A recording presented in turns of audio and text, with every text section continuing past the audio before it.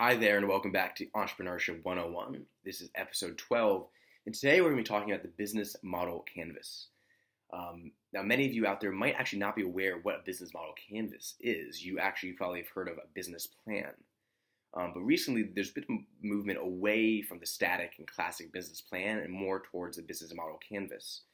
And hopefully, as I go ahead and I explain what a business model canvas is, you'll understand that the reason why it's so important and so pivotal and is being used now, or should be used more often than a business plan, is that while it still addresses the pivotal and critical questions that every startup needs to address in order for them to be successful, it offers a little more wiggle room and is a little more flexible than a classic business plan as you might think. So business model canvas answers questions such as, what are our revenues and where are they going to come from? What value are we delivering to which markets? What are the costs involved in delivering that value? Are our perceived key activities and key resources as important for gaining revenue as we think they are? And if we change our model in a particular way, what are the effects? So a business model canvas is made up of several different parts.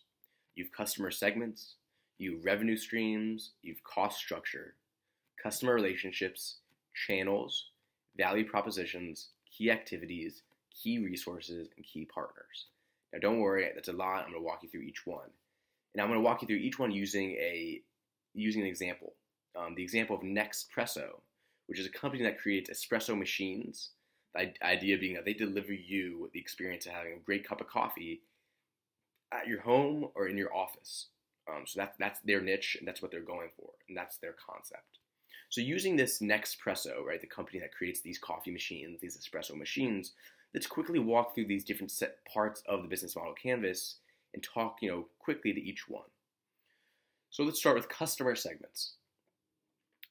Now, this one's kind of straightforward, right? It's customer, who are you selling your product to? And depending on what your company is or what your service is, it's going to differ. For Nextpresso, right, who are their customer segments? Their customer segments are companies, office users, and households. Now, they might have more than these segments, and they might find that as they progress in their entrepreneurship journey, they will come to find there's actually more segments than they initially thought. But these three segments of households, office users, and companies are going to be their mainstay fundamental aspects of the segments that make up their customers.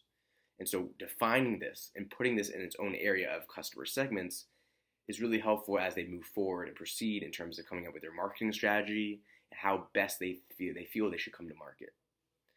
Next, we're going to talk to customer relationships. So it's, again, like it sounds. We talked about this in the previous episode when I talked about customer service, how establishing and understand, not only getting your product in the hands of customers, but understanding the relationship that your customers and your clients have with your product is critical. So customer relationships in this example could be account managers or particular users clubs. So what this really means for account managers, it could be individuals at, let's say you're working with a law firm, right? And you're trying to get your coffee machine into that law firm. And you want to be in contact with the individual at that law firm who's in charge of the day-to-day operations of the company's office space, right? So in that way, they're almost like an account manager for you. They're your point person in order to get into that big firm, and to get into that big firm means getting access to a tremendous number of clients. So customer relationships is identifying what relationships are most pivotal in order to create successful relationships that have the ability to be long-lasting. Next, we're going to talk about channels. So how are you going to go about selling your product and getting your product out there? Okay. So there's different ways that this company could do it. You could have a website, right? You could sell online, which we're seeing a lot more. E-commerce is a much bigger subject nowadays than it was 5-10 years ago. You could be sold in stores, right? Like Best Buy, Brookstones, so higher end technology tilted companies that would sell, a machine like this, or larger flag stores, right? But these are different channels. These are different avenues of distribution in which you're getting your product out there, right? Website. So in this case, website, in stores, in larger flag stores. Next, the value proposition. We've talked about this previously in other episodes. So understandably, as I've discussed, it's such a critical part of the larger journey of an entrepreneur. So what is the value proposition for Nextpresso? Well, it's twofold. Their value proposition is that they offer a great espresso experience at home and a great espresso experience at the office. That's what their company's built around. They're built around that concept. At the end of the day, if they do nothing else, they want to offer an experience at home and in the office that is great when it comes to one's time with espresso and with coffee. That is the value proposition. Next, we're going to talk about key activities. And as you can imagine, key activities, it's what are the things that need to be done in order for the company, in order to get this product out there and for the product to be successful. So this could be logistics, this could be marketing, and this could be production, for instance, in the case of Nextpresso. Logistics could be, what are the best ways that we're going to get in contact with these different office spaces, right? How are we going to create those customer relationships? But what are the logistics of the day-to-day maintenance of the relationships it takes to get into these office spaces? That's logistics. It's day-to-day operations. Marketing. Okay, so now you want to get into this office space. What's the best way to actually drive offices that haven't previously used our product to want to reach out and at least try the product out? How are we going to get them interested? What's the hook? How are we going to have them get curious about what we have to offer? And then production. Who's going to be manufacturing the machines? Are they reliable? What's the cost driver here? How much are we going to have to? How many resources? How much is it going to cost us in order to create a product, right? That's reliable and that will create a great customer experience, right? So that's production. So for Nextpresso, again, key activities are logistics, marketing, and production. Now we're going to talk about key resources. So it kind of go hand in hand with key activities, but it's kind of taking the next step.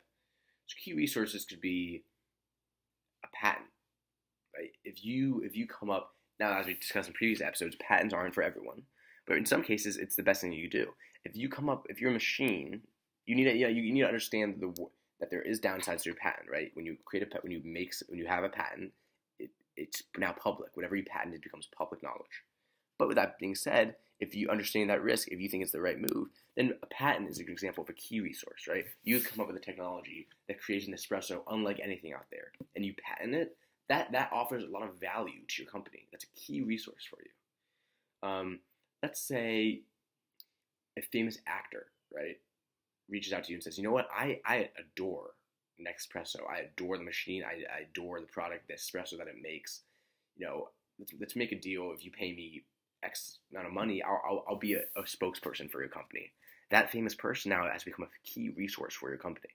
And the way you go about using that individual to create marketing, right, which is one of the key activities you mentioned earlier, has a chance to go a long way in getting your company out there and hopefully getting your company to become really successful down the line.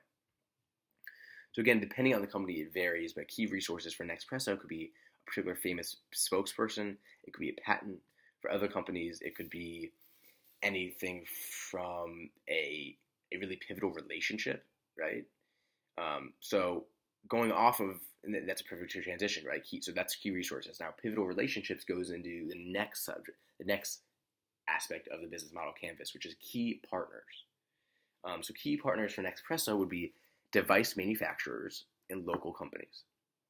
These are key partners. If Nextpresso doesn't have a good relationship with whoever they're working with, the manufacturer who's making the machine itself, that's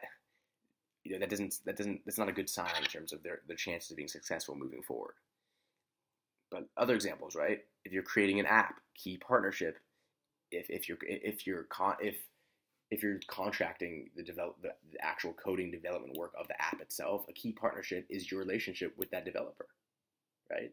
In Bob Reese's case, for his TV Guide board game, a key partnership was Kaplan, right? What was the resources that Kaplan offered him and the connections he offered them. And the relationship with TV Guide itself was a key partnership for Bob Reese.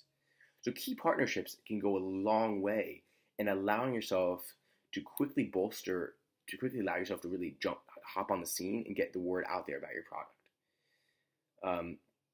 Now we have two more subjects left. One is cost structure, and the next is revenue streams. So cost structure, this is logistics, this is marketing, this is production. And cost structure, a lot of it has to go with the actual unit breakdown of each machine.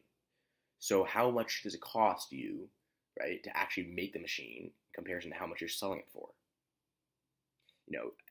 How many units do you need to sell in order to break even? These are all things that go into the cost structure and the cost breakdown of your product and your company as a whole.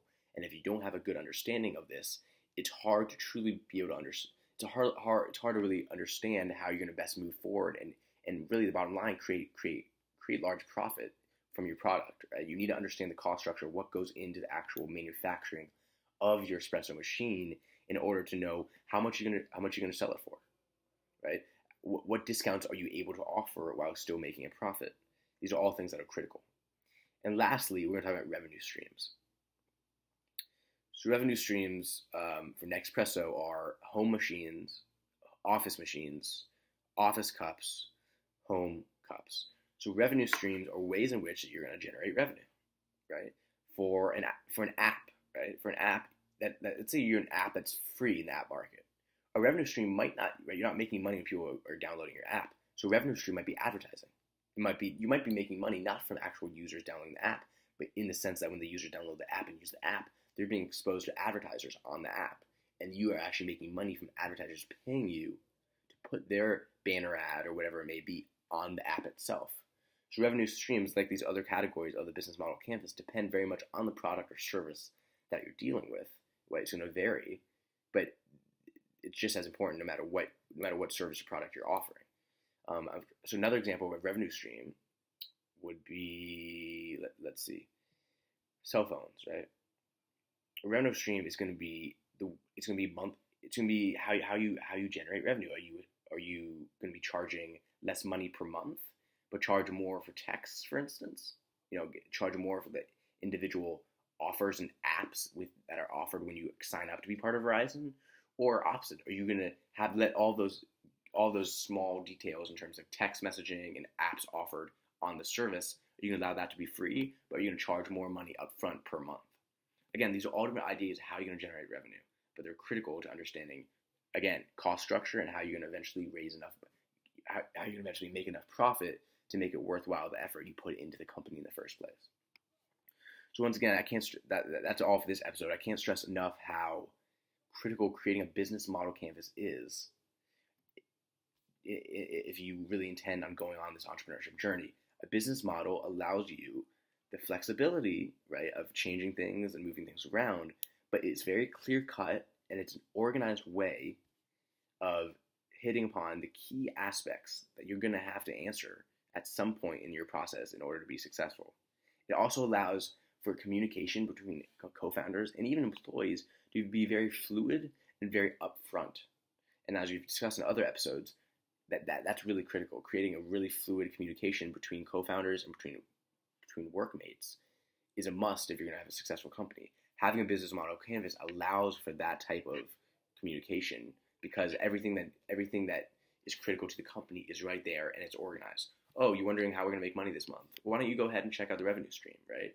Everything is organized and it's put into one bucket. And so in this way, it's very helpful for a startup when they're formulating their idea, and more than that, they're formulating the way in which they're going to go about making their idea into a successful company.